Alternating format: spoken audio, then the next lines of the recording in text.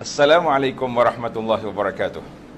Muslimin dan muslimat, para jemaah sekalian, alhamdulillah kita berada di khairu ayyamid dunia, sebaik-baik hari dalam dunia. Alhamdulillah kita akan bertemu dengan hari Arafah yang baginda Nabi SAW bersabda, siyamu yaumi Arafah ahtasibu Allah an yukaffira as-sanata allati qablahu wallati ba'dahu. Puasa satu hari Arafah saja kita dapat kafarah 2 tahun sebelum dan selepas.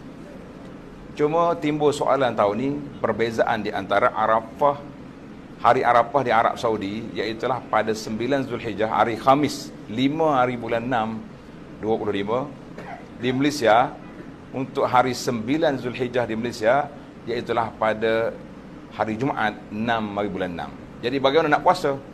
Jawabnya senang je. Puasa hari Khamis di Malaysia atas nama hari Khamis. Kemudian kita puasa hari Jumaat di atas nama hari 9 Zulhijjah. Bermakna tuan-tuan dan puan confirm dapat hari Arafah. Tak ada khilaf, sebarang khilaf. Puasa, jangan tak puasa. Mudah-mudahan kita dapat pahala yang dijanjikan. Dan juga hari Jumaat, puasa hari Jumaat saja tak elok, kembar dengan Khamis lagi comel.